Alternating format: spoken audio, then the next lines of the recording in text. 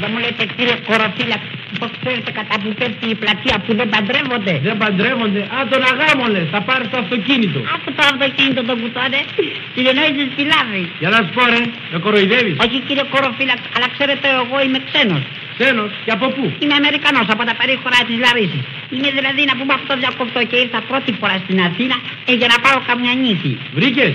Βρήκα βέβαια και μου δίνει και πρίκα καλή εμένα ναι. Μου δίνει 3 καρέκλες, μου δίνει ένα μπαούλο, 2 σκαμνάκια, 7 γλάστρες, ένα σπίτι που πληρώνει 110 το μήνα νίκη. Μου δίνει ένα από αυτό με το συμπάθειο, 2 πύληνα γαλματάκια, μια οκαθημερίδες και ένα ντενετέκα στανόχωμα για τα λουλούδια. Μα ξέρεις όμως, εγώ δεν την αφαίρνω, βέβαια γιατί είναι μεγάλη αυτή. Πόσο χρόνο πάνω κάτω? Δεν ξέρω ακριβώς, αλλά το μικρότερο αδερφάκι της έχει 7 παιδιά.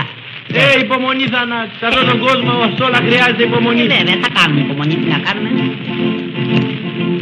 Με λένε Θανάση Μπιχτών, κατάγουμε αυτών διακοπτών και αυτή την προκαιρού εις τα Αθήνας. Τα τράβει φωνές σε ταξί και όλα εντωμεταξύ με τρέλαναν νοσκού να βγει ο μύτηραν. Άκου να σου πω μια ερωτοδουλειά μου, άκου να σου πω. Έπιασα μια φιλεναδούλα που την λέγανε και κούλα. Ήτανε και νοστιμούλα και κορίτσι με ταούλα. Έγραψα τη συστασή της για να μην τη λησμονήσω και στο σπίτι της πήγα στον μπαμπά να τη ζητήσω. Μπήκα μέσα στο σαλόνι, μα δεν είμαστε όμως μόνοι.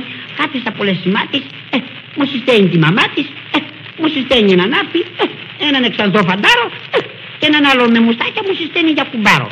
Εκεί που ήμουν με την κούλα, σκάω ένα φιλί στη ζούλα και σηκώνει το μουστάκιας και μου λέει «Ρε, πού πας, αν είσαι και παπάς με την αράδα σου θα πας».